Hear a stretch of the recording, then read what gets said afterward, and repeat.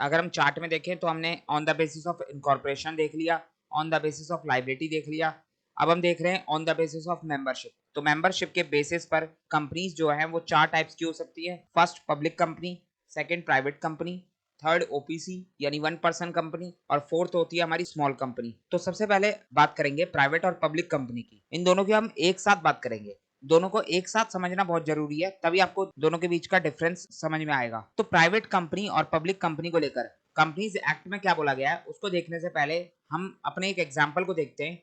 मैंने आपके लिए एक बहुत ही बेसिक एग्जाम्पल तैयार किया है जिससे आपको बहुत इजी वे में प्राइवेट और पब्लिक कंपनी का मतलब समझ में आ जाएगा और दोनों का डिफरेंस भी क्लियर हो जाएगा। तो यहाँ पर देखो हमारे पास 2 ग्रुप है। पहला ग्रुप है हमारा ये ऑरेंज वाला जिसके अंदर 10 लोग हैं, और दूसरा ग्रुप है ये ग्रीन वाला जिसके अंदर भी 10 लोग हैं। तो ऑरेंज वाले ग्रुप को हम कहेंगे ग्रुप नंबर 1 और ग्रीन वाले ग्रुप को हम कहेंगे ग्रुप नंबर 2। तो दोनों ही ग्रुप के अंदर 10-10 लोग हैं, और इन दोनों ही ग्रुप में जो है ये 10 के 10 लोग आपस में या तो फ्रेंड्स हैं या फिर फैमिली मेंबर और रिलेटिव्स हैं। तो हम कह सकते हैं कि जो ग्रुप नंबर 1 है उसके अंदर जो 10 लोग हैं वो सभी एक दूसरे को बहुत अच्छे से जानते हैं। उसी तरीके से ग्रुप नंबर 2 में भी हम कह सकते हैं कि जो 10 लोग हैं वो सभी एक दूसरे को अच्छे से जानते हैं। तो अब यहाँ पर जो ग्रुप नंबर 1 और ग्रुप नंबर 2 है इन दोनों ने सोचा कि हम अपनी अपनी एक कंपनी स्टार्ट करते हैं। तो ग्रुप नंबर 1 के 10 लोगों ने मिलकर पैसा इकट्ठा करना शुरू करा। हर एक पर्सन ने 5-5 लाख रुपए कंट्रीब्यूट करे, तो टोटल कितना पैसा इकट्ठा हो गया? 50 लाख। उसी तरीके से ग्रुप नंबर 2 के भी हर एक पर्सन ने 5-5 लाख रुपए कंट्रीब्यूट करे, टोटल कितना हो गया? 50 लाख रुपए। तो अब दोनों ही ग्रुप ने 50-50 लाख रुपए इकट्ठे कर लिए। तो अब जो ग्रुप नंबर 1 है उसने एक कंपनी स्टार्ट करी जो कि थी पब्लिक कंपनी, जबकि मैं अगर बात करूं ग्रुप नंबर 2 की तो इन्होंने स्टार्ट करी एक प्राइवेट कंपनी। ग्रुप नंबर 1 ने पब्लिक कंपनी स्टार्ट करी, ग्रुप नंबर 2 ने प्राइवेट कंपनी स्टार्ट करी। इतनी बात समझ में आ रही है? अब जो ग्रुप नंबर 1 है इसकी पब्लिक कंपनी का नाम क्या है? ABC limited. वहीं यहाँ पर ग्रुप नंबर 2 की प्राइवेट कंपनी का नाम क्या है? XYZ private limited. अब यहाँ पर सबसे पहला डिफरेंस पब्लिक और प्राइवेट कंपनी में आपको यही दिख गया होगा। प्राइवेट कंपनी अपने नाम के आगे प्राइवेट लिमिटेड वर्ड का इस्तेमाल करती है, वहीं पब्लिक कंपनी अपने नाम के आगे सिर्फ लिमिटेड वर्ड का इस्तेमाल करती है। पब्लिक कंपनी का नाम क्या है? एबीसी, आगे उसने क्या इस्तेमाल करा है? लिमिटेड। वहीं प्राइवेट कंपनी का नाम क्या है? XYZ, लेकिन उसने नाम के आगे क्या लिखा है? Private limited. तो ये हो गया हमारा पहला डिफरेंस पब्लिक कंपनी और प्राइवेट कंपनी के बीच में, कि प्राइवेट कंपनी के नाम के आगे प्राइवेट लिमिटेड लिखा जाएगा जबकि पब्लिक कंपनी के नाम के आगे सिर्फ लिमिटेड लिखा जाएगा। तो इतनी बात आपको क्लियर हो गई। तो अब इन दोनों ही ग्रुप्स ने जो है अपने अपनी कंपनी बना ली। पहले ग्रुप ने जो कंपनी बनाई है उसकी कैपिटल कितनी है? 50 लाख। इन 10 लोगों ने मिलकर कंपनी में 50 लाख रुपए लगाए।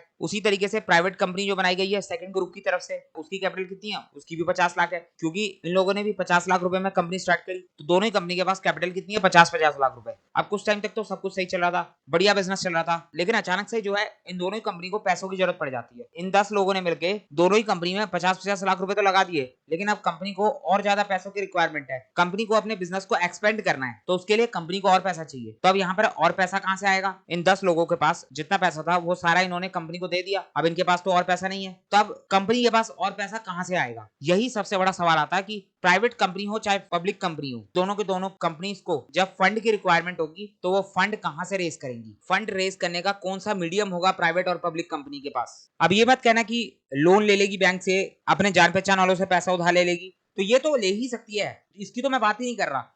मैं बात कर रहा हूं कि प्राइवेट कंपनी और पब्लिक कंपनी के बीच डिफरेंस क्या होता है। तो जैसे ही फंड रेज करने की बात आएगी, प्राइवेट कंपनी हो चाहे पब्लिक कंपनी हो, दोनों ही अपनी नाम की तरफ देखेंगे। प्राइवेट कंपनी अपने नाम की तरफ देख रही है तो क्या देखा उसने? कि मैं तो एक प्राइवेट कंपनी हूं। और जब पब्लिक कंपनी ने अपनी नाम की तरफ देखा तो उसे पता चला कि मैं तो एक पब्लिक कंपनी हूं। तो यहीं से आता है एक बहुत बड़ा डिफरेंस प्राइवेट कंपनी और पब्लिक कंपनी के बीच। प्राइवेट का मतलब आप क्या समझते हो? सपोज आप कोई प्राइवेट फंक्शन करवा रहे हो, तो प्राइवेट का मतलब इसके अंदर सिर्फ कुछ खास लोग ही इन्वॉल्व हो सकते हैं। जो लोग आपके जान पहचान के लोग हैं वही इस फंक्शन में आएंगे, इसके अलावा और कोई नहीं आएगा। जबकि अगर मैं बात करूं पब्लिक फंक्शन की, अगर कोई पब्लिक फंक्शन हो रहा है इसका मतलब उसके अंदर कोई भी आ सकता है, चाहे फिर वो एक दूसरे को जानते हो या ना जानते हो। तो पब्लिक फंक्शन के अंदर कोई भी आ सकता है, जबकि प्राइवेट फंक्शन के अंदर कुछ खास लोग, यानी जो लोग एक दूसरे को जानते हैं सिर्फ वही लोग आएंगे। तो यही सेम कॉन्सेप्ट लगता है हमारा यहाँ पर प्राइवेट कंपनी और पब्लिक कंपनी में। अगर पब्लिक कंपनी को पैसे की जरूरत है, फंड की रिक्वायरमेंट होगी, तो पब्लिक कंपनी डायरेक्टली पब्लिक के पास जा सकती है और जाकर पैसों की डिमांड कर सकती है। यानी पब्लिक कंपनी जो है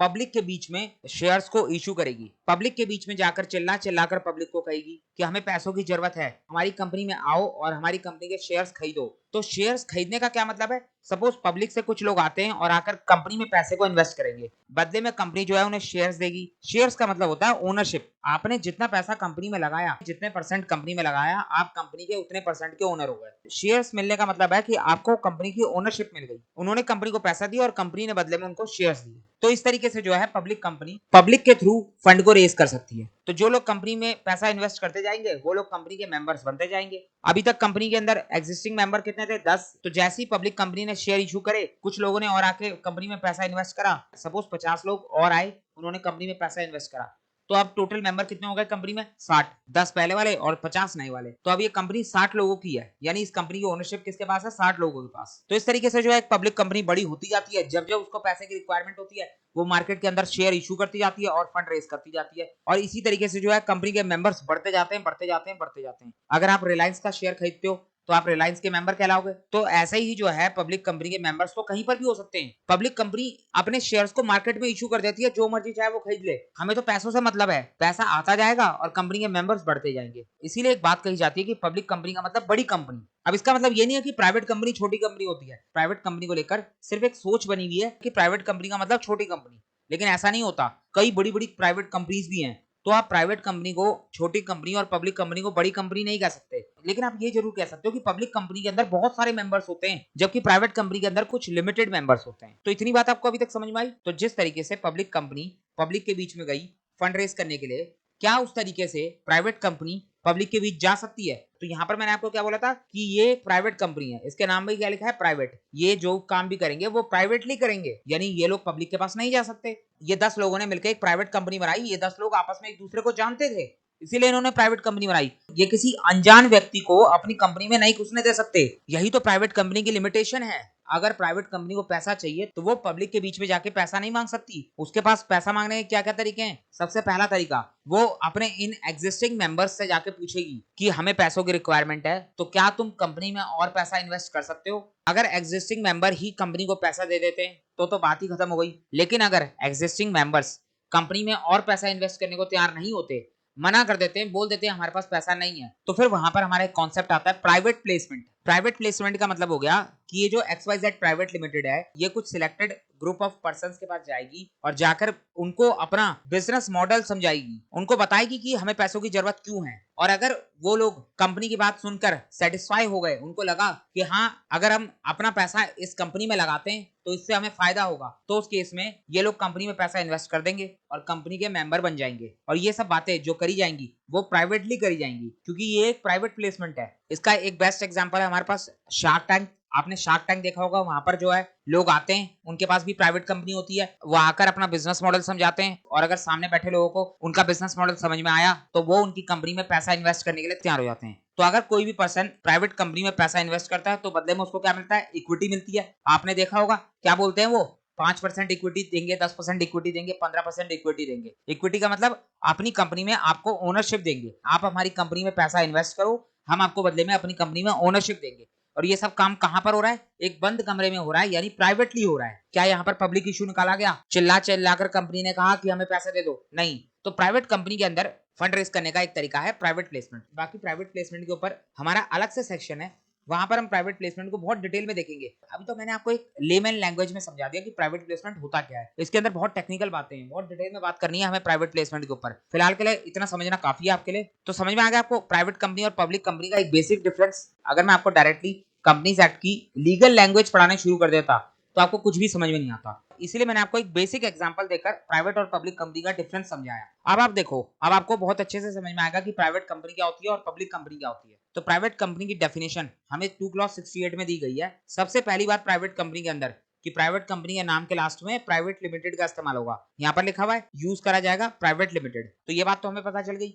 आगे बढ़ते हैं। अगर आपको प्राइवेट कंपनी स्टार्ट करनी है तो आपको मिनिमम कितने लोग चाहिए? 2 लोग। तो यहाँ पर बता रखा है कि मिनिमम मेंबर 2 होंगे प्राइवेट कंपनी के अंदर, जबकि मैक्सिमम मेंबर्स कितने हो सकते हैं? 200। अब मैक्सिमम मेंबर के ऊपर 200 की लिमिट क्यों लगाई? क्योंकि ये एक प्राइवेट कंपनी है और हमने अभी बात करी कि प्राइवेट कंपनी के अंदर एक लिमिटेड नंबर ऑफ मेंबर्स होते हैं। यहाँ पर हर कोई आके कंपनी का मेंबर नहीं बन सकता। अब इस 200 की काउंटिंग के ऊपर भी नीचे 2 बातें लिखी गई हैं। पहली बात कि जब आप मैक्सिमम 200 मेंबर्स की काउंटिंग करोगे तो उसके अंदर 2 लोगों को इंक्लूड मत करना। पहला कौन? कंपनी का एग्जिस्टिंग एम्प्लॉय, यानी वो एम्प्लॉय जो अभी कंपनी में काम कर रहा है। अगर उसने कंपनी के शेयर्स खरीदे तो कोई दिक्कत नहीं है, खरीदें तो बहुत बढ़िया है, लेकिन वो इस 200 की लिमिट में काउंट नहीं होगा। दूसरा कंपनी के फॉर्मर एम्प्लॉइज यानी कंपनी के पास्ट एम्प्लॉइज, जो लोग कंपनी में पहले काम करते थे और जब वो काम करते थे उस टाइम पे उन्होंने कंपनी के शेयर्स खरीदे थे, बाद में उन्होंने कंपनी छोड़ दी, लेकिन अभी भी इस टाइम पर भी वो कंपनी के मेंबर है, यानी उन्होंने अपने शेयर्स नहीं बेचे, सिर्फ कंपनी छोड़ी है, तो वो लोग भी कंपनी के मेंबर कहलाएंगे। लेकिन कौन से एम्प्लॉइज है? फॉर्मर एम्प्लॉइज है, पास्ट एम्प्लॉइज है, तो आपको उनको भी नहीं गिनना इन 200 में।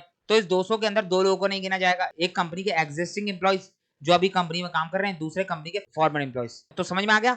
अब एक और बात लिखी गई है, joint holder will be considered as one member, यानी जॉइंट होल्डर को एक मेंबर गिना जाएगा। अब इसका क्या मतलब है? सपोज एक प्राइवेट कंपनी है जिस कंपनी का एक शेयर 20,000 रुपए का है। होती है कुछ कंपनियां जिनका शेयर बहुत महंगा होता है, 20,000 के 50,000 तक होता है, डॉलरों में शेयर होता है। तो उसी तरीके से एक प्राइवेट कंपनी है जिसका एक शेयर 20,000 रुपए का है। अब यहाँ पर हमारे पास 4 दोस्त हैं जो लोग इस कंपनी में शेयर खरीदना चाहते हैं, लेकिन उन चारों के पास 5-5 हजार रुपए है। तो वो क्या करते हैं, वो चारों लोग मिलकर 5-5 हजार रुपए इकट्ठे करते हैं, टोटल होगा 20,000 रुपए, और इस 20,000 रुपए से इस कंपनी का एक शेयर खरीद लेते हैं। तो यहाँ पर खरीदा कितना गया? एक शेयर। कितने लोगों ने खरीदा? 4 लोगों ने। तो ये कंपनी के क्या कहलाएंगे? जॉइंट होल्डर, क्योंकि इन चारों ने मिलकर कंपनी का शेयर खरीदा है। तो यहाँ पर यही लिखा हुआ है कि जॉइंट होल्डर को आप एक मेंबर मानोगे, आप इन चारों को 4 अलग अलग नहीं मानोगे। जब आप 200 की मैक्सिमम काउंटिंग करोगे तो वहां पर इन चारों को एक मेंबर माना जाएगा। अगर किसी एक पर्सन के पास पैसा होता तो वो अकेला ही कंपनी का शेयर खरीद सकता था, लेकिन क्योंकि इनके पास पैसा नहीं है इसीलिए इन 4 लोगों ने मिलकर शेयर खरीदा। तो जब कभी भी 2 या 2 से ज्यादा लोग मिलकर कंपनी के शेयर खरीदते हैं तो उनको बोला जाता है जॉइंट होल्डर, और उनको हमेशा एक मेंबर की तरह ही काउंट करा जाएगा। तो समझ में आ गया आपको? तो यहाँ पर बात हो रही थी कंपनी के मेंबर्स की। मिनिमम मेंबर 2 होने चाहिए, जबकि मैक्सिमम मेंबर कितने होंगे? 200। 200 से ज्यादा कभी नहीं होंगे, और इस 200 की काउंटिंग को लेकर भी 2 कंडीशन है। पहली, एग्जिस्टिंग एम्प्लॉय और फॉर्मर एम्प्लॉय को आप एक्सक्लूड करोगे, उनको नहीं गिनोगे। दूसरी, जॉइंट होल्डर को एक मेंबर माना जाएगा। तो समझ में आ गया आपको? आगे बात करते हैं। नेक्स्ट है हमारा आर्टिकल। अब ये आर्टिकल क्या होता है? तो यहाँ पर देखो 2 डॉक्यूमेंट होते हैं कंपनी के जो कि मोस्ट इंपॉर्टेंट डॉक्यूमेंट माने जाते हैं। एक होता है आर्टिकल ऑफ एसोसिएशन और दूसरा होता है memorandum of association. Article of association को हम एओए बोलते हैं और मेमोरेंडम ऑफ एसोसिएशन को हम एमओए बोलते हैं। तो अगर मैं बात करूं पहले एमओए की, तो एमओए जो है एक बहुत ही नेसेसरी डॉक्यूमेंट होता है जो कंपनी के फॉर्मेशन के टाइम पर रिक्वायर्ड होता है। कोई भी कंपनी बिना एमओए के बन ही नहीं सकती। अब इतना जरूरी क्यों है? ऐसा क्या लिखा होता है एमओए के अंदर? तो एमओए के अंदर सबसे पहली बात कंपनी का नाम लिखा होता है, कंपनी की पावर लिखी होती है, कंपनी का ऑब्जेक्ट लिखा होता है, किस ऑब्जेक्ट से कंपनी बनाई जा रही है, और भी कई सारी बातें होती है एमओए के अंदर। तो सभी बातें बहुत जरूरी है, कंपनी बनाने से पहले ये सब बातें तो आप बताओगे ना। उसी तरीके से अगर आर्टिकल की बात करूं तो आर्टिकल ऑफ एसोसिएशन क्या होता है? तो ये भी एक डॉक्यूमेंट होता है। इसके अंदर जो है कंपनी के इंटरनल रूल्स एंड रेगुलेशन लिखे होते हैं कि कंपनी किस तरीके से चलेगी, कंपनी कैसे काम करेगी। तो कई सारी बातें होती हैं कंपनी के एमओए के बारे में, एओए के बारे में। तो एमओए के ऊपर और एओए के ऊपर हमारे पास अलग से चैप्टर्स हैं, वहां पर हम बहुत डिटेल में बात करेंगे इसके बारे में। तो अभी फिलहाल के लिए उसको छोड़ दो, वापस चलते हैं अपने प्राइवेट कंपनी की डेफिनेशन के ऊपर। यहाँ पर हमें क्या बोला गया है कि प्राइवेट कंपनी के आर्टिकल में ये 3 बातें होना बहुत जरूरी है। प्राइवेट कंपनी का जो आर्टिकल ऑफ एसोसिएशन होता है उसके अंदर ये 3 पॉइंट्स हमेशा मेंशन होने चाहिए। पहला प्रोहिबिशन, दूसरा रिस्ट्रिक्शन और तीसरा लिमिटेशन। सबसे पहले तो ये सुनो कि प्रोहिबिशन और रिस्ट्रिक्शन के बीच डिफरेंस क्या होता है। तो प्रोहिबिशन का मतलब होता है कि आपको कोई काम करने के लिए मना करा जा रहा है, पूरी तरह बैन करा जा रहा है आपको ये काम करने से, किसी भी कीमत पे नहीं कर सकते। जबकि रिस्ट्रिक्शन की बात करूं तो रिस्ट्रिक्शन कहता है कि आप ये काम कर तो सकते हो लेकिन कुछ शर्तों के साथ कर सकते हो। यानी रिस्ट्रिक्शन हमेशा कुछ कंडीशंस के साथ आता है, ये मना नहीं करता, बस कुछ कंडीशन लगाता है। तो आखिर क्या प्रोहिबिशन बोली गई है प्राइवेट कंपनी के आर्टिकल में, तो देख लेते हैं। प्रोहिबिशन करा गया है invitation to the public to subscribe for securities of the company. यहाँ पर प्राइवेट कंपनी को प्रोहिबिट करा जा रहा है कि वो पब्लिक के पास जाकर पब्लिक को ये नहीं कह सकती कि हमारी सिक्योरिटीज खरीद लो और बदले में हमें पैसा दे दो। मैंने आपको पहले ही बता दिया कि अगर प्राइवेट कंपनी को पैसा चाहिए तो वो पब्लिक से पैसा नहीं मांग सकती। तो वही बात यहाँ पर बोली गई है कि प्राइवेट कंपनी इन्विटेशन नहीं दे सकती पब्लिक को। प्राइवेट कंपनी पब्लिक को ये नहीं कह सकती कि तुम हमारी सिक्योरिटीज को सब्सक्राइब कर लो और बदले में हमें पैसा दे दो। सिक्योरिटीज के अंदर शेयर्स, डिवेंचर, बॉन्ड सब आ गए। तो ये प्रोहिबिशन है प्राइवेट कंपनी के ऊपर। तो प्राइवेट कंपनी को अगर पैसे की जरूरत होगी तो फंड कहां से रेज करेगी? पब्लिक से पैसा लेना तो मना है। तो मैंने आपको ये भी बता दिया कि प्राइवेट कंपनी जो है प्राइवेट प्लेसमेंट का इस्तेमाल करती है। सेकंड है हमारा रिस्ट्रिक्शन। प्राइवेट कंपनी के आर्टिकल में रिस्ट्रिक्शन के बारे में भी लिखा होता है। किस चीज के ऊपर रिस्ट्रिक्शन लगाई जा रही है? ऑन ट्रांसफर ऑफ शेयर के ऊपर। मैंने आपको बताया था ट्रांसफर ऑफ शेयर का कॉन्सेप्ट कहां से आया और क्यों आया। जब कभी भी कंपनी के किसी एग्जिस्टिंग मेंबर को कंपनी से बाहर निकलना होता है, अपना पैसा वापस चाहिए होता है, तो उसका तरीका क्या है? वो एग्जिस्टिंग मेंबर जो है अपने शेयर को किसी अदर पर्सन को बेच देगा इससे उसे उसका पैसा भी मिल जाएगा और वो कंपनी से बाहर भी निकल जाएगा। तो जैसे ही उसने शेयर अदर पर्सन को ट्रांसफर करे, वो कंपनी से बाहर हो जाएगा और अब से वो अदर पर्सन कंपनी का मेंबर बन जाएगा। तो ट्रांसफर ऑफ शेयर का मतलब तो आपको क्लियर है। अब यहाँ पर क्या बोला जा रहा है कि प्राइवेट कंपनी के मेंबर अपने शेयर को फ्रीली ट्रांसफर नहीं कर सकते, यानी प्राइवेट कंपनी के मेंबर्स को अगर अपने शेयर्स को बेचना है तो शेयर के ट्रांसफर को लेकर रिस्ट्रिक्शन लगाई गई है, यानी कुछ कंडीशन पूरी करनी होंगी, उसके बाद ही प्राइवेट कंपनी के मेंबर्स अपने शेयर को ट्रांसफर कर पाएंगे। और वो कंडीशन क्या है उसके बारे में डिटेल में पढ़ा जाता है बाद में, लेकिन अभी थोड़ा सा आपको आइडिया दे देता हूँ। हमें ये तो पता है कि प्राइवेट कंपनी के अंदर कुछ लिमिटेड मेंबर ही शामिल हो सकते हैं, कोई भी अनजान पर्सन प्राइवेट कंपनी का मेंबर नहीं बन सकता। तो यहाँ पर जब कभी भी कोई एग्जिस्टिंग मेंबर कंपनी से बाहर निकलना चाहता है, अपना शेयर ट्रांसफर करना चाहता है, तो उस केस में उस एग्जिस्टिंग मेंबर को सबसे पहले शेयर ट्रांसफर की बात कंपनी को बतानी होगी, कंपनी को इन्फॉर्म करना होगा कि मैं अपने शेयर ट्रांसफर करना चाहता हूं। तो जैसे ही कंपनी को पता चलेगा, कंपनी जो है सबसे पहले अपने बाकी एग्जिस्टिंग मेंबर से पूछेगी कि हमारे पास शेयर ट्रांसफर के लिए आए हैं, क्या तुम्हें खरीदने हैं। तो शेयर ट्रांसफर में सबसे पहला ऑफर किसको दिया जाता है? कंपनी के अदर एग्जिस्टिंग मेंबर्स को। अगर उन्हीं अदर एग्जिस्टिंग मेंबर्स में से किसी ने शेयर को खरीद लिया तो बात ही खत्म हो गई, शेयर घर के घर में ही रह गए। एक मेंबर ने बेचा, दूसरे मेंबर ने खरीद लिया। लेकिन अगर मान लो कोई भी एग्जिस्टिंग मेंबर शेयर खरीदने को तैयार ना हो, तो उस केस में क्या होगा? तो फिर उस केस में जो एग्जिस्टिंग मेंबर शेयर ट्रांसफर करना चाहता है, वो चाहे तो किसी आउटसाइडर को भी शेयर ट्रांसफर कर सकता है। अब उसका भी एक अलग प्रोसीजर होता है, एक ट्रांसफर डीड बनती है, उसके बारे में भी बहुत डिटेल में बताया गया है क्या प्रोसीजर होता है, कैसे होता है। तो वो हम बाद में पढ़ते हैं ट्रांसफर ऑफ शेयर्स के चैप्टर में, उसको अभी फिलहाल के लिए आप छोड़ दो।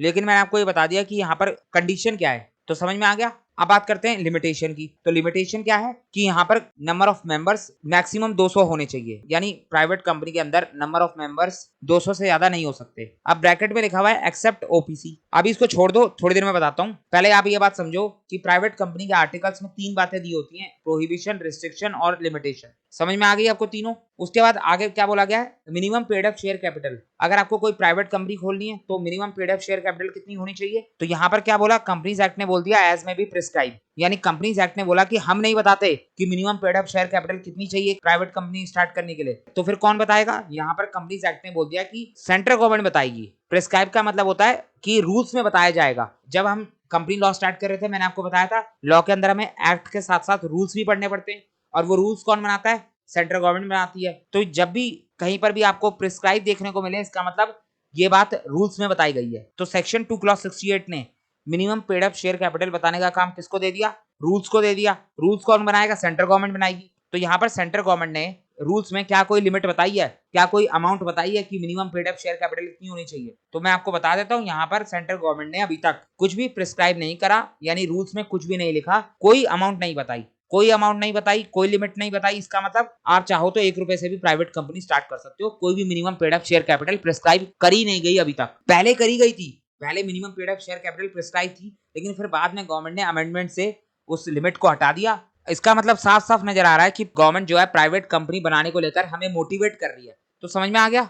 नेक्स्ट पॉइंट है डायरेक्टर। तो प्राइवेट कंपनी के अंदर मिनिमम डायरेक्टर कितने हैं? 2, और मैक्सिमम कितने? 15। बाकी डायरेक्टर्स के बारे में बहुत कुछ पढ़ना है, हमें डायरेक्टर्स का अलग से चैप्टर दे रखा है, तो जब उस चैप्टर को पढ़ेंगे तो वहां पर बहुत डिटेल में बात करेंगे। लास्ट पॉइंट देखो, लास्ट में क्या लिखा हुआ है कि जो ओपीसी और स्मॉल कंपनी होती है, ये भी एक प्राइवेट कंपनी होती है। इसका क्या मतलब हुआ? हम देख रहे थे कंपनी 4 टाइप्स की होती है, एक प्राइवेट कंपनी, दूसरी पब्लिक कंपनी, तीसरी ओपीसी और चौथी स्मॉल कंपनी। और अब यहाँ पर मैं बोल रहा हूँ कि ओपीसी और स्मॉल कंपनी प्राइवेट कंपनी ही होती हैं। तो फिर ये तो 2 ही क्लासिफिकेशन हो गए, एक प्राइवेट कंपनी, एक पब्लिक कंपनी। तो बिल्कुल सही है। बेसिकली कंपनी 2 ही तरीके की होती है, एक प्राइवेट और एक पब्लिक। अब वो अलग अलग तरीके की प्राइवेट कंपनी होती हैं और अलग अलग तरीके की पब्लिक कंपनी होती हैं, तो उसके हिसाब से प्राइवेट और पब्लिक कंपनी को फर्दर डिवाइड कर दिया जाता है। जैसे मैं आपको बताऊं, सेक्शन 2 क्लॉज 68 में जितनी बातें हमने पढ़ी हैं, ये एक जनरल प्राइवेट कंपनी के ऊपर लगती है, जबकि स्मॉल कंपनी एक अलग टाइप की प्राइवेट कंपनी है। जो ओपीसी है वो एक अलग टाइप की प्राइवेट कंपनी है। अगर आप जनरल प्राइवेट कंपनी की बात करोगे तो आप सेक्शन 2 क्लॉज 68 देख सकते हो, जबकि अगर आप ओपीसी की बात करोगे तो उसके लिए आपको अलग सेक्शन देखना पड़ेगा। स्मॉल कंपनी की बात करोगे, वो भी प्राइवेट कंपनी है लेकिन एक अलग टाइप की प्राइवेट कंपनी है, उसके लिए आपको एक अलग सेक्शन देखना पड़ेगा। तो इतनी बात आपको समझ में आ गई कि ओपीसी और स्मॉल कंपनी भी प्राइवेट कंपनी ही होती है। अब ऊपर देखो, आर्टिकल के अंदर 3 पॉइंट लिखे थे, प्रोहिबिशन, रिस्ट्रिक्शन और लिमिटेशन। लिमिटेशन वाले पॉइंट में मैक्सिमम मेंबर बता रखे थे 200। अब ब्रैकेट में देखो क्या लिखा हुआ है, एक्सेप्ट ओपीसी। अब ये बताओ, ओपीसी का मतलब होता है 1 पर्सन कंपनी, यानी वहां पर मेंबर कितने होने चाहिए? 1। तभी तो वो ओपीसी कहलाएगी, एक से ज्यादा तो नहीं हो सकते। और हमें ये भी पता है ओपीसी एक प्राइवेट कंपनी है, और यहाँ पर बोला जा रहा है कि प्राइवेट कंपनी के आर्टिकल्स में ये 3 प्रोहिबिशन, रिस्ट्रिक्शन और लिमिटेशन होनी चाहिए। तो पहली दो तो ठीक है, वो तो ओपीसी में भी होगी, लेकिन क्या तीसरा पॉइंट लिमिटेशन वाला ओपीसी के अंदर हो सकता है? पॉसिबल ही नहीं है, वहां पर तो एक ही मेंबर होता है, तो मैक्सिमम 200 की बात कहां से आएगी? इसीलिए लिखा गया है कि ये जो तीसरा पॉइंट है ये ओपीसी के ऊपर अप्लाई नहीं होता, एक्सेप्ट ओपीसी। ओपीसी को इस तीसरे पॉइंट से बाहर करा गया है। तो समझ में आ गया? अभी ओपीसी के बारे में पढ़ेंगे तब और अच्छे से क्लियर हो जाएगा। तो ये हो गया हमारा प्राइवेट कंपनी का कॉन्सेप्ट। अब देखो कुछ स्टूडेंट्स कहेंगे कि मैंने यहाँ पर कम पढ़ाया है, कुछ बातें छोड़ दी, तो मैं आपको पहले ही बता दूं, हम पढ़ रहे हैं अपना काइंड्स ऑफ कंपनीज का चैप्टर, जिसके अंदर हमें सिर्फ डेफिनेशन पढ़नी है। तो मैं डेफिनेशन के साथ थोड़ी बहुत बातें और आपको बताते जा रहा हूँ, बाकी जितनी भी बातें रह जाती हैं इन अलग अलग कंपनीज के बारे में वो हम आगे आने वाले चैप्टर्स के साथ साथ पढ़ते जाएंगे। जब जिस चीज की रिक्वायरमेंट होगी तब मैं उस चीज के बारे में आपको बता दूंगा। अगर मैं अभी आपको सारी बातें इकट्ठे बता दूं तो आप कंफ्यूज हो जाओगे। कंपनी लॉ को लेकर धीरे धीरे जैसे आपकी समझ बनती जाएगी वैसे वैसे आपको आगे की बातें आसान लगती जाएंगी, और जो जिस टाइम पर बताना होगा मैं आपको अपने आप ही उस टाइम पर वो बातें बता दूंगा। अब चलते हैं आगे। प्राइवेट कंपनी हमारा हो गया, अब देखते हैं पब्लिक कंपनी। तो पब्लिक कंपनी की डेफिनेशन हमें गिवन है सेक्शन 2 क्लॉज 71 के अंदर। यहाँ पर सबसे पहली बात क्या लिखी है कि पब्लिक कंपनी के नाम के लास्ट में क्या लिखा होता है? लिमिटेड। हमने देखा था अगर पब्लिक कंपनी का नाम एबीसी है तो उसके लास्ट में लिमिटेड लिखा होना जरूरी है। अब पहला पॉइंट क्या कहता है? अ company which is not a private company, यानी पब्लिक कंपनी वो है जो प्राइवेट कंपनी नहीं है। तो मैंने आपको बता दिया कंपनी दो ही टाइप की होती है, या तो पब्लिक या प्राइवेट। तो अगर कंपनी प्राइवेट नहीं है इसका मतलब वो कंपनी पब्लिक है। अब अगर कंपनी प्राइवेट नहीं है तो इसका मतलब प्राइवेट कंपनी के आर्टिकल्स में जो जो बातें लिखी होती हैं वो पब्लिक कंपनी के आर्टिकल्स में नहीं लिखी होती। तो यहाँ पर तीसरा पॉइंट देखो, पब्लिक कंपनी के आर्टिकल्स में कोई भी रिस्ट्रिक्शन नहीं होती, कोई प्रोहिबिशन नहीं होती, कोई लिमिटेशन नहीं होती। इसका मतलब पब्लिक कंपनी जो है पब्लिक को इन्विटेशन दे सकती है, पब्लिक को बोल सकती है कि हमारी सिक्योरिटीज को सब्सक्राइब कर लो, हमारी सिक्योरिटीज खरीद लो। पब्लिक कंपनी के ऊपर कोई भी प्रोहिबिशन नहीं होती इस तरीके की। पब्लिक कंपनी के एग्जिस्टिंग मेंबर अपने शेयर्स को फ्रीली ट्रांसफर कर सकते हैं, वो जिसको चाहे उसको ट्रांसफर कर सकते हैं, किसी भी तरीके की कोई रिस्ट्रिक्शन नहीं होती शेयर ट्रांसफर को लेकर। उसी तरीके से लिमिटेशन कोई नहीं होती पब्लिक कंपनी के मेंबर्स के ऊपर। सेकंड पॉइंट देखो, पब्लिक कंपनी के अंदर मिनिमम मेंबर 7 होने चाहिए, जबकि मैक्सिमम मेंबर की कोई लिमिट ही नहीं है। पब्लिक कंपनी के अंदर अगर आप पब्लिक को इन्वॉल्व करते हो तो फिर वहां पर लिमिट का तो सवाल ही नहीं उठता, क्योंकि पब्लिक कंपनी के तो हजारों लाखों में मेंबर्स होते हैं, तो वहां पर तो मैक्सिमम लिमिट लगाने का मतलब ही नहीं है। अब बात करें minimum paid up share capital, तो वही सेम प्राइवेट कंपनी वाला हिसाब है। आप चाहे तो 1 रुपए से भी पब्लिक कंपनी स्टार्ट कर लो। सेक्शन 2 क्लॉज 71 ने बोला कि minimum paid up share capital rules बताएंगे, बोल दिया एज में बी प्रिस्क्राइब, लेकिन सेंट्रल गवर्नमेंट ने रूल्स में कुछ लिखा ही नहीं है, नथिंग प्रिस्क्राइब। तो सेम बात है प्राइवेट कंपनी की तरह। आगे देखो लास्ट पॉइंट क्या बोला गया है, subsidiary of public company even though private will be deemed public company. अब ये क्या कह रहा है इसको समझते हैं एग्जांपल से। ये हमारा एग्जांपल है, यहाँ पर हमारे पास दो कंपनी है, एक है एबीसी लिमिटेड और दूसरी है XYZ प्राइवेट लिमिटेड। नाम से ही समझ में आ रहा है एबीसी एक पब्लिक कंपनी है और XYZ एक प्राइवेट कंपनी है। अब देखो यहाँ क्या हो रहा है, एबीसी लिमिटेड हमारी एक होल्डिंग कंपनी है और XYZ प्राइवेट लिमिटेड हमारी एक सब्सिडरी कंपनी है। होल्डिंग कंपनी क्या होती है, सब्सिडरी कंपनी क्या होती है, ये बात मैं पहले ही आपको बता चुका हूँ। लिफ्टिंग ऑफ कॉर्पोरेट विल के अंदर हमने देखा था कि कोई भी कंपनी होल्डिंग कैसे बनती है और कोई भी कंपनी सब्सिडरी कैसे बनती है। अगर जिसने वो वीडियो नहीं देखी तो उसके लिए मैं अभी फिलहाल के लिए बता देता हूँ। होल्डिंग का मतलब वो कंपनी जो कंट्रोल कर रही है किसी सब्सिडरी कंपनी को, और सब्सिडरी कंपनी का मतलब वो कंपनी जो कंट्रोल हो रही है किसी होल्डिंग कंपनी के द्वारा। तो कंट्रोल होने वाली कंपनी कहलाती है सब्सिडरी कंपनी और कंट्रोल करने वाली कंपनी कहलाती है होल्डिंग कंपनी। तो यहाँ पर हम कह सकते हैं एबीसी लिमिटेड कंट्रोल कर रही है XYZ प्राइवेट लिमिटेड को। अब बाकी कंट्रोल किस तरीके का होता है, कैसे कंट्रोल किया जाता है, वो हम अपने अगले बेसिस में देखेंगे on the basis of control के अंदर। वहां पर हमें होल्डिंग कंपनी और सब्सिडरी कंपनी को बहुत डिटेल में पढ़ना है, तो वहां पर इसके बारे में बात करेंगे। तो इतना हमें समझ में आ गया कि XYZ प्राइवेट लिमिटेड एक सब्सिडरी कंपनी है और एबीसी लिमिटेड एक होल्डिंग कंपनी है। तो यहाँ पर होल्डिंग कंपनी एक पब्लिक कंपनी है जबकि सब्सिडरी कंपनी एक प्राइवेट कंपनी है। तो अब हम देख क्या रहे थे, क्या लिखा गया था, subsidiary of public company even though private will be deemed public company. इसका क्या मतलब है, ध्यान से सुनो। पब्लिक कंपनी की सब्सिडरी हमेशा पब्लिक कंपनी ही मानी जाती है, फिर चाहे वो सब्सिडरी प्राइवेट ही क्यों ना हो। यहाँ पर XYZ प्राइवेट लिमिटेड एक प्राइवेट कंपनी है, लेकिन उसके बावजूद क्योंकि वो सब्सिडरी है एक पब्लिक कंपनी की, इसीलिए उसको भी डीम्ड पब्लिक कंपनी ही माना जाएगा। तो समझ में आ गया आपको। तो यही लिखा था यहाँ पर, subsidiary of public company even though private will be deemed public company. Public company की सब्सिडरी हमेशा पब्लिक कंपनी ही मानी जाती है, फिर चाहे वो सब्सिडरी एक्चुअल में प्राइवेट ही क्यों ना हो। समझ में आ गया। तो ये था हमारा पब्लिक कंपनी। अब देखते हैं next, OPC one person company. इसकी डेफिनेशन हमें गिवन है सेक्शन 2 क्लॉज 62 में। तो ओपीसी का मतलब क्या होता है, नाम से क्लियर है, ऐसी कंपनी जिसके अंदर सिर्फ एक पर्सन है। OPC means a company which has only one person as a member. यहाँ पर मिनिमम मेंबर कितना होगा? 1। मैक्सिमम भी कितना होगा? 1। एक से ज्यादा तो हो ही नहीं सकता। अगर एक से ज्यादा मेंबर हो गए तो फिर वो ओपीसी तो कहलाएगी नहीं, वो तो एक जनरल प्राइवेट कंपनी कहलाएगी। मैंने आपको पहले ही बता दिया, ओपीसी एक प्राइवेट कंपनी ही होती है, लेकिन एक स्पेशल टाइप की प्राइवेट कंपनी होती है। अगर किसी एक पर्सन को कंपनी खोलनी है तो यहाँ पर गवर्नमेंट ने उसको ओपीसी खोलने का ऑप्शन दिया है। वो चाहे तो 1 पर्सन कंपनी खोल सकता है। ओपीसी के अंदर मिनिमम डायरेक्टर भी 1 होता है, और जब तक ये 1 पर्सन जो कि मेंबर है वो किसी डायरेक्टर को अपॉइंट ना कर ले, तब तक जो है उसी मेंबर को कंपनी का फर्स्ट डायरेक्टर माना जाता है। यानी जो डायरेक्टर है और मेंबर है वो सेम पर्सन भी हो सकता है। ये तो हमने देखा ही है कि मेंबर जो है वो कंपनी के डायरेक्टर भी हो सकते हैं, क्योंकि कंपनी अलग है और मेंबर अलग है। तो यहाँ पर क्या बोला गया है? सबसे पहली बात, ओपीसी के अंदर सिर्फ एक ही मेंबर होगा, एक से ज्यादा नहीं हो सकता। लेकिन क्या ओपीसी के अंदर एक से ज्यादा डायरेक्टर हो सकते हैं? तो बिल्कुल, जिस तरीके से प्राइवेट कंपनी के अंदर मैक्सिमम 15 डायरेक्टर होते हैं, उसी तरीके से ओपीसी भी एक प्राइवेट कंपनी है, तो यहाँ पर भी मैक्सिमम डायरेक्टर 15 हो सकते हैं। तो समझ में आ गया? आगे देखो, MOA of OPC shall indicate name of nominee which can be changed। तो ओपीसी का जो एमओए बनता है उसके अंदर नॉमिनी का नाम लिखा होना बहुत जरूरी है। जब भी ओपीसी बनाते समय उसका मेमोरेंडम बनाया जाएगा तो उसके अंदर नॉमिनी का नाम लिखना कंपलसरी है। अब ऐसा क्यों बोला गया? क्योंकि ओपीसी के अंदर सिर्फ एक मेंबर होता है। अब अगर कल को उस मेंबर को कुछ हो जाए तो कंपनी कौन संभालेगा? उसके पीछे कंपनी का कोई नॉमिनी भी तो होना चाहिए। तो इसीलिए पहले ही बोल दिया जाता है कि जब भी ओपीसी बनेगी, उसका एमओए बनेगा, तो उसमें नॉमिनी का नाम लिखा होना कंपलसरी है। हाँ, लेकिन उस नॉमिनी के नाम को बाद में बदला भी जा सकता है, विच कैन बी चेंज। वो नॉमिनी का नाम बाद में चेंज भी करा जा सकता है, बस नाम लिखा होना जरूरी है। लास्ट है हमारा not allowed to be section 8 company. Section 8 company का मतलब क्या होता है? मैंने आपको बताया है, कंपनीज एक्ट के अंदर जो सेक्शन 8 है उसके अंदर नॉट फॉर प्रॉफिट कंपनी के बारे में बता रखा है। यानी ऐसी कंपनी जो चैरिटी करती हैं, वेलफेयर करती हैं, जिनका पर्पस प्रॉफिट कमाने का नहीं होता। तो यहाँ पर क्या बोला गया कि जो ओपीसी है वो कभी भी सेक्शन 8 कंपनी नहीं बन सकती। यानी ओपीसी कभी भी चैरिटी वाली कंपनी नहीं बन सकती, ओपीसी कभी भी नॉट फॉर प्रॉफिट कंपनी नहीं बन सकती,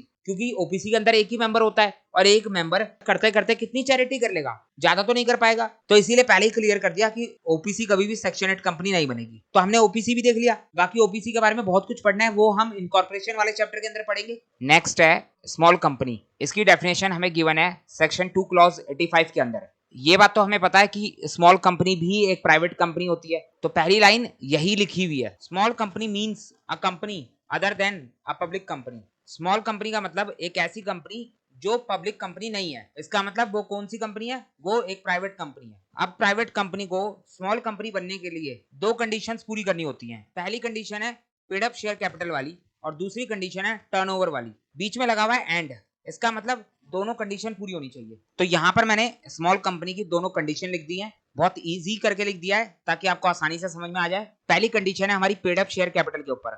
क्या बोला गया है? स्मॉल कंपनी की paid up share capital 50 lakh से ज्यादा नहीं होनी चाहिए, नॉट एक्सीड 50 lakhs। इसका मतलब लेस देन और इक्वल टू 50 लाख हो सकती है, और such higher amount as may be prescribe, या फिर कोई एक हायर अमाउंट प्रिस्क्राइब करी जा सकती है। अब ये प्रिस्क्राइब कौन करेगा? प्रिस्क्राइब करी जाती है रूल्स में, और कौन करता है? सेंट्रल गवर्नमेंट करती है। तो यहाँ पर सेंट्रल गवर्नमेंट ने हायर अमाउंट प्रिस्क्राइब करी है 4 करोड़। तो अब हम ये कह सकते हैं कि स्मॉल कंपनी का मतलब एक ऐसी कंपनी जिसकी paid up share capital 50 lakh से ज्यादा ना हो। ये बात कंपनीज एक्ट के सेक्शन ने बताई, और साथ में एक और बात लिख दी कि अगर सेंट्रल गवर्नमेंट चाहे तो रूल्स में इस 50 लाख से ज्यादा कोई हायर अमाउंट भी प्रिस्क्राइब कर सकती है। और सेंट्रल गवर्नमेंट ने 4 करोड़ प्रिस्क्राइब कर दिया, तो जैसे ही 4 करोड़ प्रिस्क्राइब हुआ वैसे ही 50 लाख वाली अमाउंट की कोई रेलेवेंस नहीं रह गया। तो अब फाइनली ये कहा जा सकता है कि वो सभी कंपनीज जिनकी पेड अप शेयर कैपिटल 0 से 4 करोड़ तक है, वो सभी हमारी स्मॉल कंपनी की इस कंडीशन को पूरा करती हैं। अब यहाँ पर कंपनीज एक्ट ने एक और बात बोल दी। कंपनीज एक्ट ने रूल्स के अंदर प्रिस्क्राइब करने वाली अमाउंट के ऊपर एक लिमिट भी लगा दी, और बता दिया कि जो मैक्सिमम अमाउंट प्रिस्क्राइब करी जा सकती है वो 10 करोड़ तक हो सकती है। यानी सेंट्रल गवर्नमेंट 10 करोड़ से ज्यादा प्रिस्क्राइब भी नहीं कर सकती। अभी सेंट्रल गवर्नमेंट ने 4 करोड़ प्रिस्क्राइब करा है, हो सकता है अगले साल 6 करोड़ कर दे, 8 करोड़ कर दे, लेकिन मैक्सिमम कितना कर सकती है? 10 करोड़। और 50 लाख से कम भी नहीं कर सकती, क्योंकि 50 लाख तक तो कंपनीज एक्ट के सेक्शन ने ही बता दिया। तो ये हो गई हमारी पहली condition paid up share capital को लेकर। अब देखते हैं टर्नओवर वाली कंडीशन। यहाँ पर क्या बोला गया है? टर्नओवर जो है वो not exceed 2 crore. Turnover 2 crore से ज्यादा नहीं होनी चाहिए। इसका मतलब लेस देन और इक्वल टू 2 करोड़ होगी तो काम चल जाएगा। वही ऊपर वाला हिसाब है, सिर्फ नंबर बदले हुए हैं, बाकी सेम लॉजिक से कंडीशन बताई हुई है। टर्नओवर जो है वो नॉट एक्सीड 2 करोड़, 2 करोड़ से ज्यादा टर्नओवर नहीं होनी चाहिए, और सच हायर अमाउंट एज में भी प्रिस्क्राइब, या फिर सेंट्रल गवर्नमेंट जो है 2 करोड़ से ज्यादा अमाउंट प्रिस्क्राइब कर सकती है। और यहाँ पर सेंट्रल गवर्नमेंट ने टर्नओवर को लेकर 40 करोड़ प्रिस्क्राइब कर रखा है। तो जैसे ही 40 करोड़ प्रिस्क्राइब हुआ वैसे ही हम कह सकते हैं कि 2 करोड़ वाली कंडीशन की कोई रेलेवेंस नहीं है। सीधे सीधे ये कहा जा सकता है कि अगर किसी प्राइवेट कंपनी की टर्नओवर 40 करोड़ या उससे कम है तो वो प्राइवेट कंपनी हमारी स्मॉल कंपनी कहलाएगी। अब इसमें भी मैक्सिमम लिमिट बता दी कि कितनी मैक्सिमम प्रिस्क्राइब करी जा सकती है। मैक्सिमम लिमिट यहाँ पर है 100 crore. Central government maximum 100 crore तक प्रिस्क्राइब कर सकती है। अभी 40 करोड़ प्रिस्क्राइब करा है, आने वाले दिनों में इसको बढ़ा भी सकती है, लेकिन 100 करोड़ से ज्यादा नहीं कर सकती। तो ये हो गया हमारे टर्नओवर वाली कंडीशन। बीच में लगा है एंड, इसका मतलब दोनों की दोनों कंडीशन पूरी होनी चाहिए, एक पूरी होने से काम नहीं चलेगा। तो यहां पर भी यही लिखा हुआ था। तो वही सारी बातें जो अभी हमने देखी, आप इसको पढ़ सकते हो। तो ये हो गई हमारी स्मॉल कंपनीज की डेफिनेशन। अब देखो यहाँ पर कुछ कंपनीज ऐसी बताई हैं जो कभी भी स्मॉल कंपनीज नहीं हो सकती। पहली है होल्डिंग कंपनी और सब्सिडरी कंपनी। अगर कोई कंपनी होल्डिंग कंपनी है या फिर कोई कंपनी सब्सिडरी कंपनी है तो वो कभी भी स्मॉल कंपनी नहीं कहलाएगी, क्योंकि वहां पर आप इनको स्मॉल नहीं कह सकते। ये कोई छोटी कंपनी नहीं है। अगर आप सब्सिडरी को होल्डिंग के साथ जोड़ोगे तो बड़ी कंपनी हो जाएगी, होल्डिंग को सब्सिडरी के साथ जोड़ोगे तो बड़ी कंपनी हो जाएगी। उसी तरीके से सेक्शन 8 कंपनीज कभी भी स्मॉल कंपनीज नहीं हो सकती। और लास्ट है हमारी अ कंपनी और body corporate governed by any special act, यानी वो सभी कंपनीज और बॉडी कॉर्पोरेट जो किसी स्पेशल एक्ट से बनी है। हमने पढ़ा था ना स्टैट्यूटरी कंपनी, यानी वो कंपनी जो स्पेशल एक्ट से बनती है। तो यहाँ पर उन्हीं कंपनीज की बात हो रही है, यहाँ पर स्टैट्यूटरी कंपनीज की ही बात हो रही है, वो कभी भी स्मॉल कंपनीज नहीं कहलाती। अब यहाँ पर लिखा हुआ है कंपनी और बॉडी कॉर्पोरेट। कंपनी का मतलब तो आपको पता है। अब बॉडी कॉर्पोरेट क्या होता है तो इसके बारे में जो है हमें अलग से पढ़ना है। अलग से बॉडी कॉर्पोरेट के ऊपर एक डेफिनेशन दे रखी है, वो हम पढ़ेंगे अपनी आगे आने वाले टॉपिक के अंदर। तो वहां पर मैं आपको समझाऊंगा बॉडी कॉर्पोरेट क्या होता है। तो आप इतना समझ लो, 3 तरीके की कंपनीज को कभी भी स्मॉल कंपनीज नहीं कहा जाएगा। पहली होल्डिंग और सब्सिडरी कंपनी, दूसरी सेक्शन 8 वाली कंपनीज, और तीसरी ऐसी कंपनीज जो किसी स्पेशल एक्ट से बनी होती हैं। तो यहाँ पर ये हमारा स्मॉल कंपनी का टॉपिक कंप्लीट हो गया। तो ये हमने समझ लिया मेंबरशिप के बेसिस पर कितने तरीके की कंपनीज होती हैं। अब हम देखेंगे अपना next basis on the basis of control. Control के बेसिस पर हमारी ये 5 तरीके की कंपनीज होंगी: holding company, subsidiary company, associate company, sister company और ग्रुप कंपनीज। तो सबसे पहले देखते हैं होल्डिंग कंपनी, जो हमें गिवन है सेक्शन 2 क्लॉज 46 में।